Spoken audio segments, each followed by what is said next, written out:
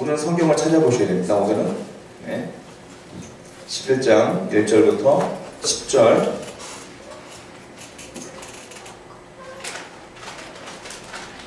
자, 함께 교독합니다. 그들이 예루살렘에 가까이 와서 감람산 벳바게와 베다니에 이르렀을 때에 예수께서 제자 중 둘을 보내시며 이르시되 너희는 같은 마을로 가라. 그리로 들어가면 곧 아무도 타보셔야 하는 나귀 새끼가 매여 있는 것을 보리니 풀어 끌고 오라.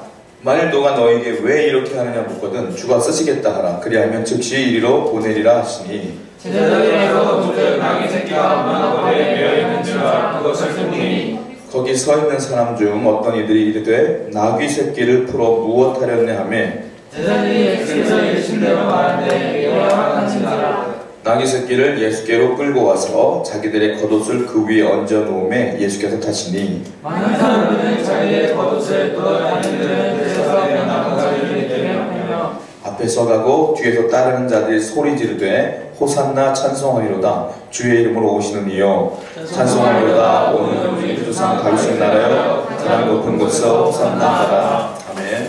이렇게 기도하겠습니다.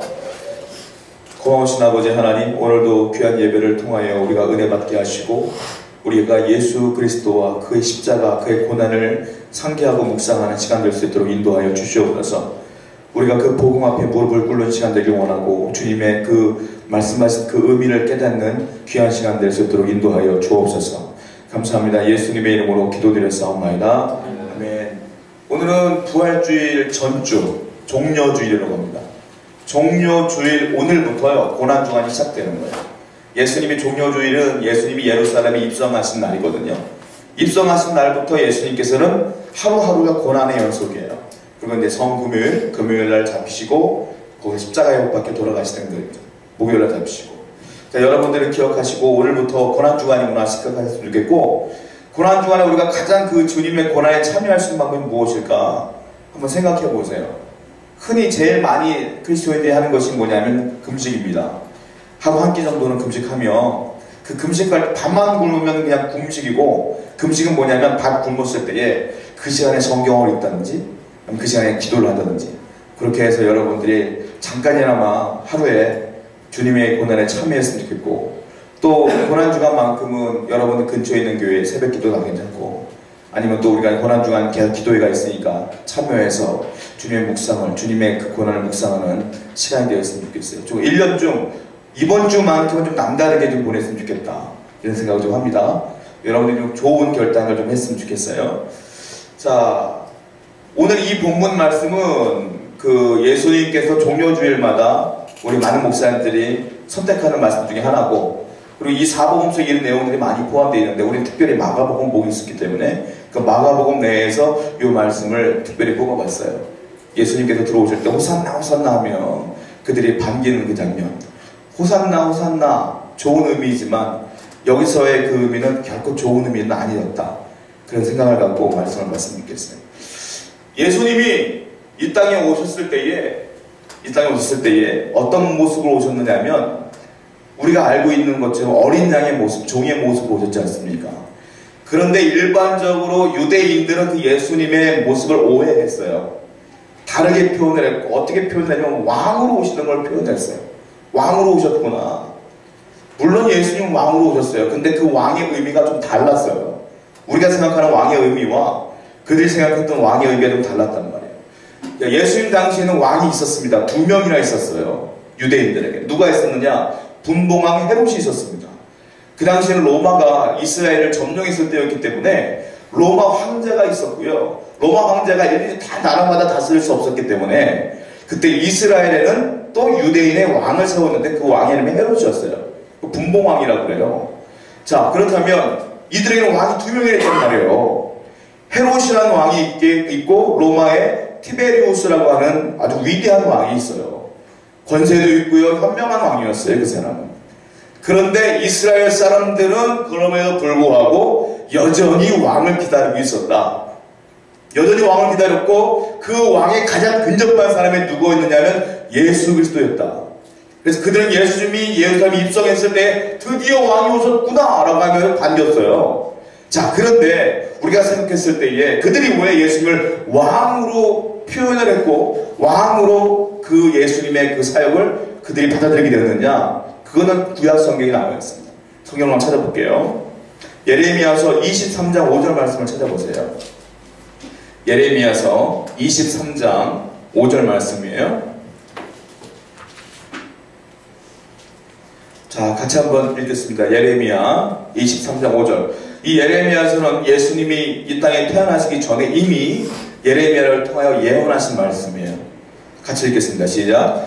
여호와의 말씀이니라. 보라, 때가 이르리니 내가 다윗에게 하는 의로운 가지를 일으킬 것이라. 그가 왕이 되어 지혜롭게 다스리며 세상에서 정의와 공의를 행할 것이며. 자, 다윗에게 한 의로운 가지를 일으킬 것이라.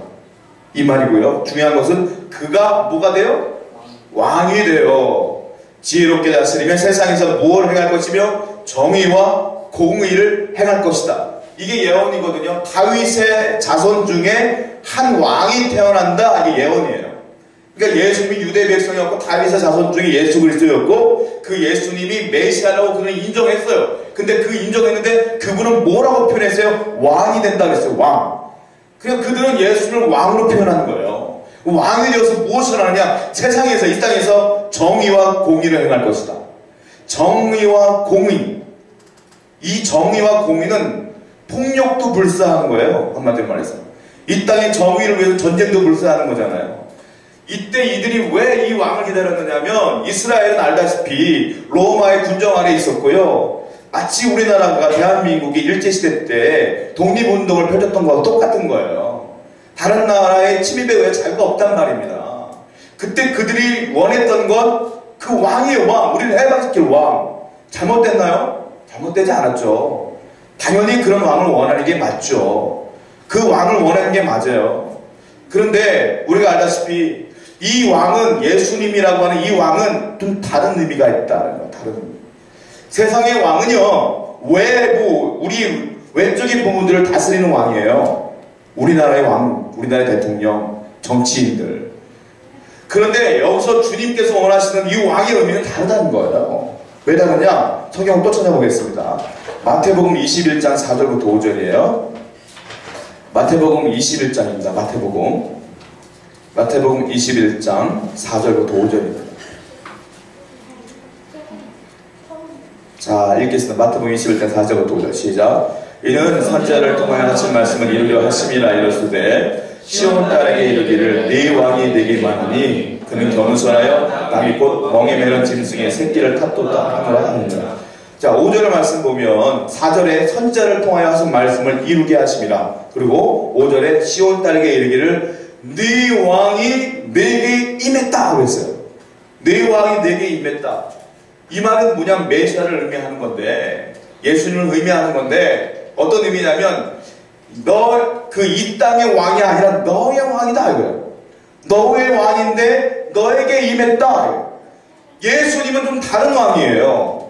세상에 많은 사람들이 왕이라고 칭하는 그런 왕이 아니라 너의 왕이다, 너에게 임한 왕이다 이거예요. 이게 무슨 의미냐면 일반적인 왕의 사역을 감당하신 분이 아니라 세상의 왕은 내 외적인 부분을 책임지는 왕이라면 예수님은 너의 외적인 부분뿐만 아니라 너의 내적, 영적인 부분들, 너의 인생, 전반적인 너의 삶, 그 모든 걸 주관하는 왕이다. 다른 왕이에요, 다른 왕. 완전히 다른 왕이에요. 그런데 이스라엘 사람들은 외형적인 왕으로 착각하여 예수님을 향하여 외치고 있는 거죠. 근데 예수님은 절대 그런 왕이 아니거든요.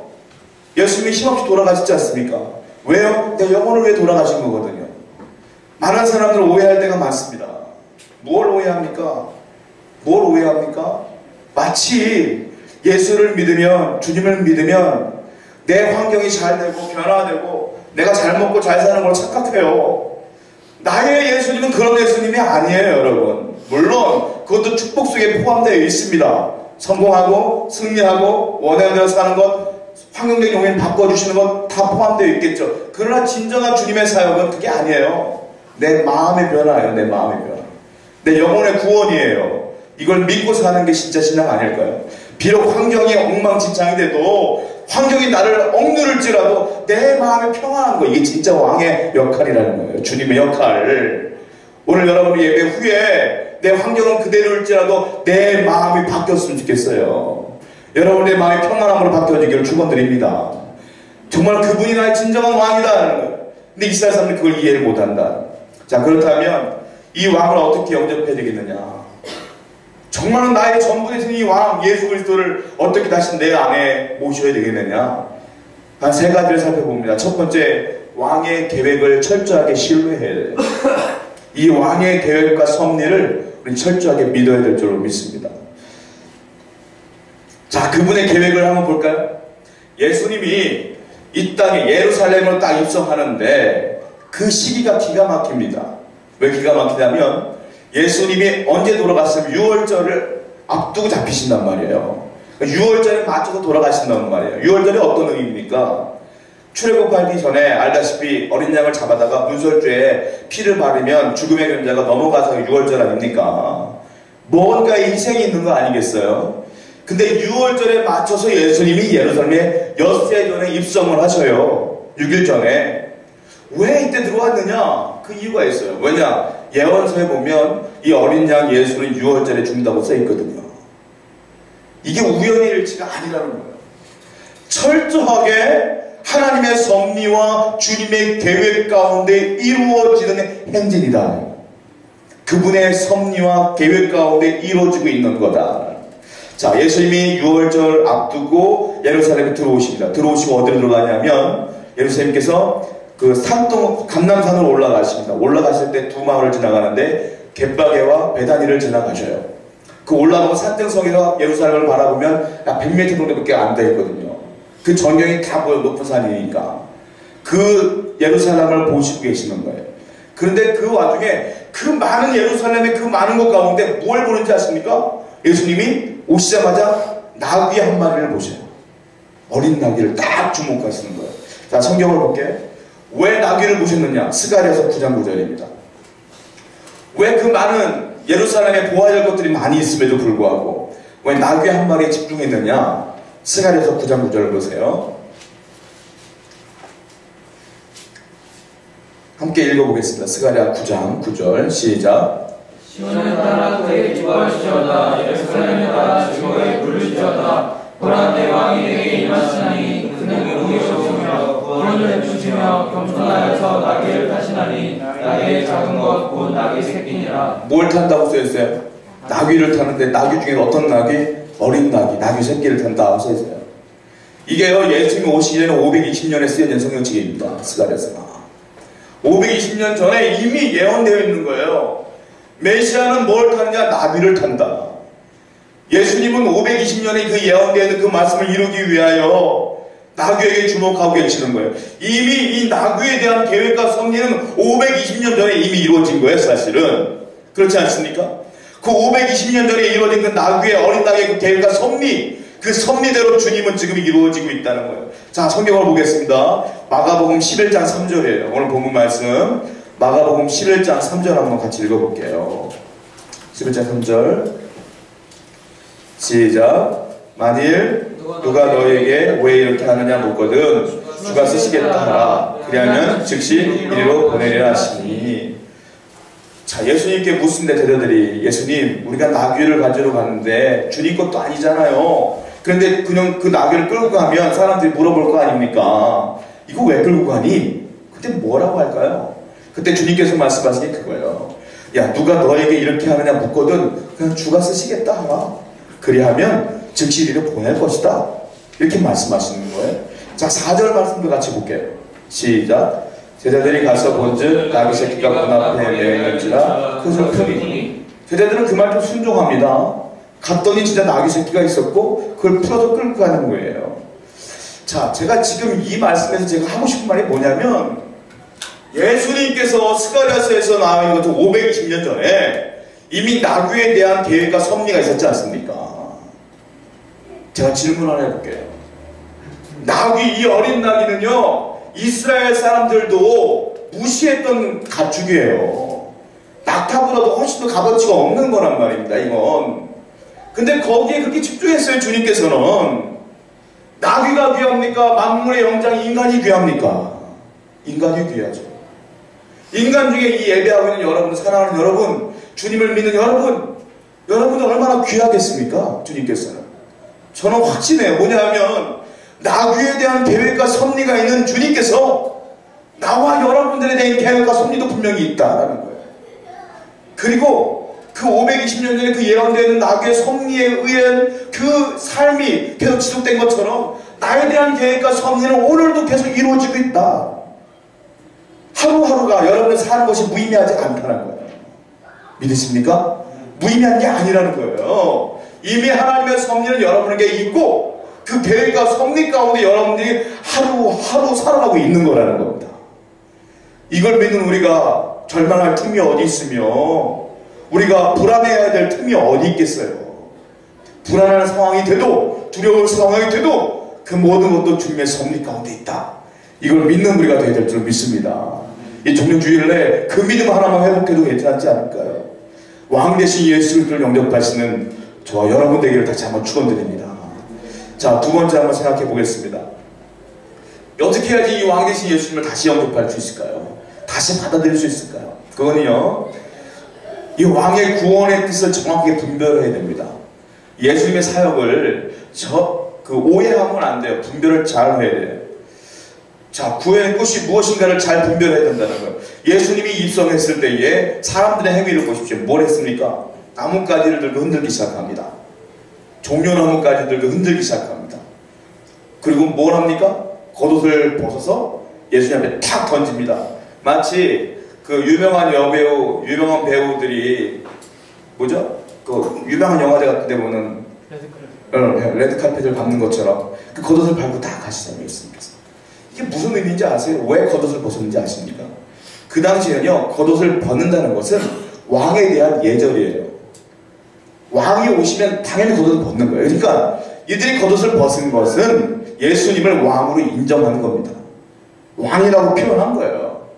그런데 여기까지 좋아요. 여기까지는 전혀 문제가 없어요. 예수님 왕이니까 전혀 문제가 되지 않습니다. 그리고 호산나 호산나 외치기 시작해요. 호산나가 무슨 뜻입니까? 주여 우리의 기도를 들으소서, 우리를 구원하여 주옵소서, 이런 뜻이지 않습니까?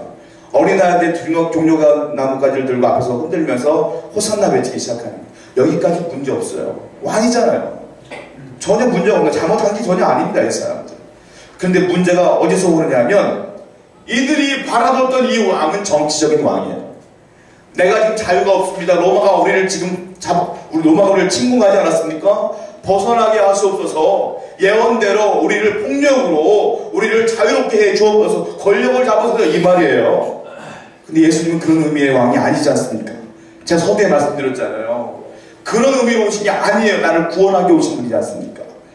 이 사람들이 정치적인 오해를 해서 예수님을 메시아라고 표현하며 쑥덕쑥덕대기 시작하고 소문내기 시작했을 때에 왜 대제사장과 서기관들과 왜 사두개인들과 바리새인들이 예수님을 죽이려고 했느냐?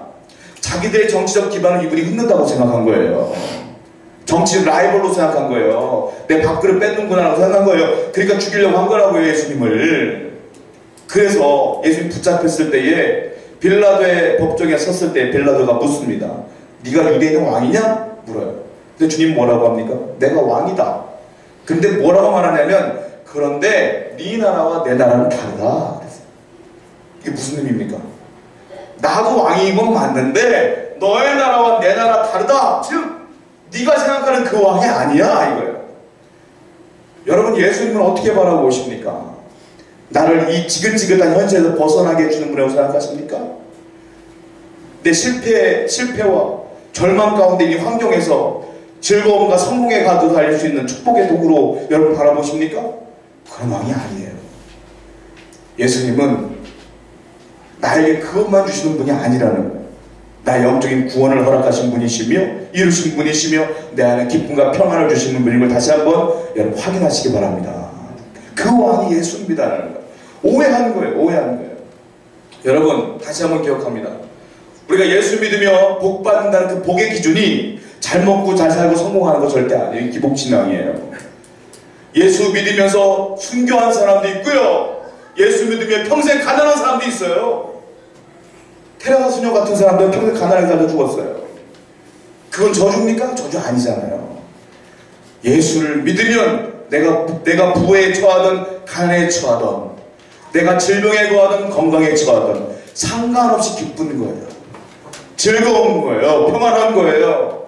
다시 한번 이 예수님을 다시 한번 영접하시기 바랍니다. 환경이 그대로라도 상관없는 거예요. 그래도 내 안에 기쁨이 충만하면 된 거 아닙니까? 이걸 믿는 다시 한번 우리 소원의 가족 되기를 축원드립니다. 마지막으로 생각해 봅니다. 예수님을 어떻게 영접할까요? 자, 이 본문 말씀이 나와 있지 않지만 다른 복음서에 나와 있는 사건이 있습니다. 그게 뭐냐면요, 예수님이 눈물을 흘리는 장면이 나와요. 누가복음을 살펴보겠습니다. 누가복음 19장 41절 말씀입니다.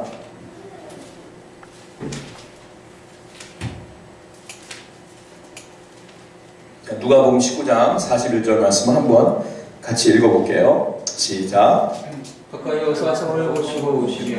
뭐 했어요? 우셨어요. 성에 딱 들어오니까 마가복음에는 없었는데 누가복음에 우셨어요. 자, 이 우시는 장면이 과연 언제 일어난 장면인지 살펴보려면 그 위에 38절을 보시면 돼요. 38절, 누가복음 19장 38절 시작. 이르되 찬송하리로다 주의 이름으로 기념하며 하늘은 평화요 가장 높은 곳에는 영광이다 하니. 자, 호산나고 외치지 않습니까? 우리가 보았던 그 본문과 똑같은 본문이에요. 예수님이 예루살렘에 입성하셨던 장면이고, 그리고 예수님께서 성이 가까워 오니까 우신 거예요. 예수님이 왜 울었을까? 우리는 오늘 이 눈물의 의미를 알아야 돼요. 이 눈물의 의미를 할 때 진정한 왕을 내 안에 모실 수 있는 거예요. 예수님이 왜 우셨을까요? 자, 우리 19장 42절 한번 또 한번 읽어보겠습니다. 누가복음 19장 42절 시작.